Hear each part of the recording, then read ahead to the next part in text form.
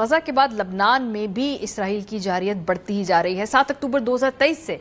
غزہ میں جاری اسرائیلی حملوں میں جولائی 2024 میں ایران میں حماس کے سربراہ اسماعیل ہانیہ کے قتل کے بعد لبنان میں حزب اللہ کے سربراہ حسن نصر اللہ کو بھی شہید کر دیا گیا ہے۔ لبنان میں گزشتہ ہفتے پیجر اور واکی ٹاکی دھماکوں کے بعد 28 ستمبر کو حزب اللہ کے سربراہ پر حملہ اسرائیل کا سب سے بڑا حملہ ہے۔ ایران کے سرکاری خبر رساں ایجنسی کے مطابق بیروت میں ہونے والے اسرائیلی حملے میں پاسداران انقلاب ایران کے ڈپٹی کمانڈر جنرل عباس فروشان بھی مارے گئے۔ حزب اللہ نے اسرائیلی حملے کا جواب نعیم قاسمی کو تنظیم کا عبوری سربراہ مقرر کر کے دے دیا ہے، جبکہ ایران کے سپریم لیڈر نے کہا کہ حسن نصر اللہ کے قتل کا بدلہ لیا جائے گا۔ اسرائیلی حملے کے بعد ایرانی سپریم لیڈر آیت اللہ خامنئی کو ملک میں محفوظ مقام پر منتقل کر دیا گیا ہے۔ رد عمل کیا آیا جی اس کے اوپر؟ امریکہ نے کہا کہ بہت سے متاثرین کے لیے انصاف کا دن ہے۔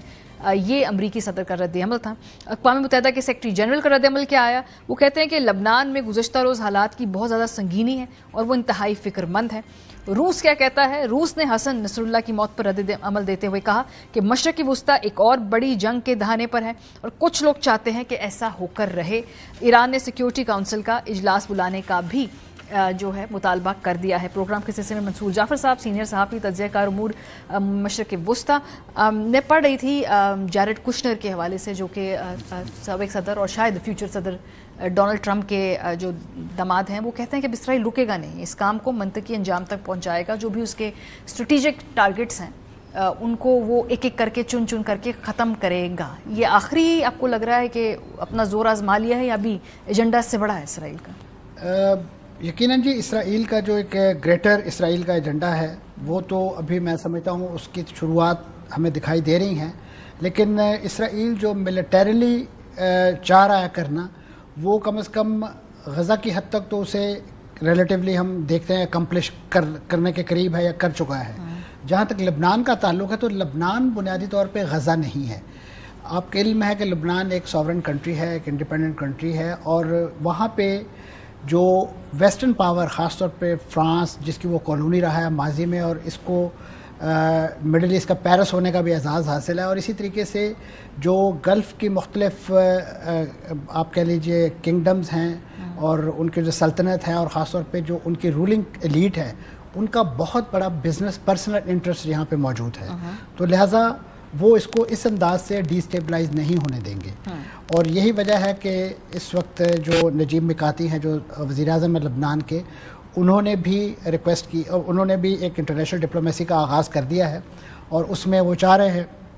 کہ اسرائیل جو ہے وہ کم از کم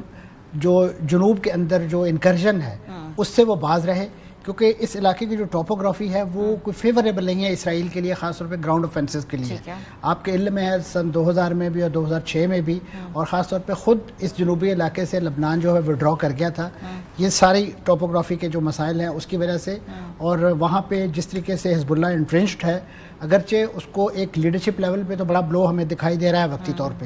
لیکن جو آرسنل اور جو وہاں پہ ایک ملٹری مائٹ حزب اللہ کے ڈسپوزل پہ موجود ہے، اور حزب اللہ اس حوالے سے بھی ایک ڈسٹنکٹ قسم کی آئیڈینٹی ہے، اس کی اینٹی ہے کہ وہ حماس کی طرح نہیں ہے۔ اس کی باقاعدہ وہاں پہ گورنمنٹ کے اندر پارٹیسپیشن ہے، ان کے وزراء ہیں، ان کی پارلیمنٹ کے اندر موجودگی ہے، اور یہ کنگ میکر کے طور پہ پچھلے 15 سال سے لبنان کی پالیٹکس میں۔ ابھی ہوگا کیا؟ سربراہ جو ہے ان کے حسن نصر اللہ صاحب، ان کو جب شہید کیا گیا ہے تو ابھی فی الحال ایک وقتی طور پہ تو دھچکا لگا ہے، ہائی ویلیو ٹارگٹ ہے، کس طرح سے اس پورے خطے کے اوپر اس اسیسینیشن کا امپیکٹ ہوگا؟ جی یقیناً ایک خاص طور پہ جو اس طرح کی تنظیمیں ہوتی ہیں جو گوریلا وارفیئر میں بلیو کرتی ہیں، ان کے لیے ایک لیڈر جو ہے وہ ایک سمبولک حیثیت رکھتا ہے،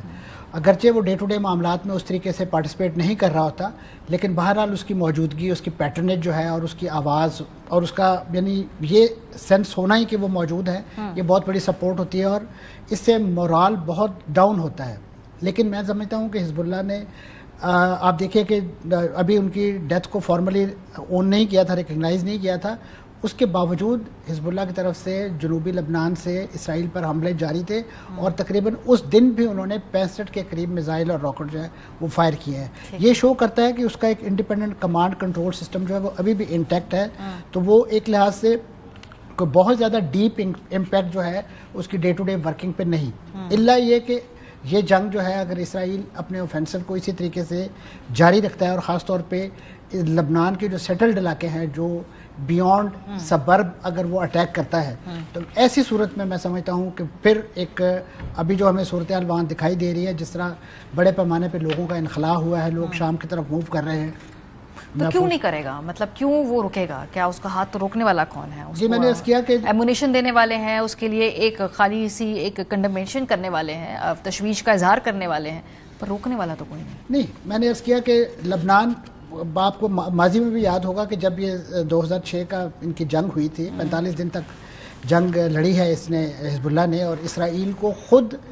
جو ہے باقاعدہ UN میں جا کے اس کی جنگ بندی کروانی پڑی اور سارے معاملات جو ہے کیونکہ وہ حزب اللہ کے پوٹینشیل سے اس کو پوری طرح آگاہی ہے، اور وہ اسی وجہ سے بہت زیادہ ابھی بنیادی طور پہ انہوں نے یہ جو ایک سیکیورٹی بریچ کیا ہے، اور خاص طور پہ ان کی پریزنس کے حوالے سے جو ایک لیکیج ہوئی ہے حزب اللہ کے، کیونکہ پچھلے تقریباً 3 ماہ سے ان کے ویئر اباؤٹس ان نون تھے اور ان کی موومنٹس جو ہے وہ پبلک نہیں کی جا رہی تھی. لیکن شنید یہی ہے کہ کچھ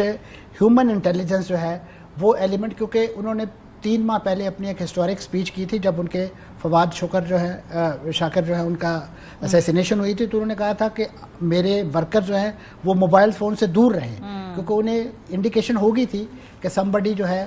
اس کو بریچ کر رہا ہے اور وہ کسی نہ کسی دن کسی بڑے حادثے کا پیش خیمہ ہو سکتے ہیں. اور وہی ہوا ابھی ریسنٹلی، جیسے پیجر بلاسٹ ہوا، پھر اس کے بعد ان کے واکی ٹاکیز میں بلاسٹ ہوئے، تو انہیں اس چیز کا اندازہ تھا، اور انہوں نے اس اپنے انتقال سے پہلے، شہادت سے پہلے 3 دن پہلے جو تقریر کی ہے، 4 دن پہلے اگر آپ دیکھیں تو وہ لگ رہا تھا کہ انہیں اس بات کا مکمل یقین تھا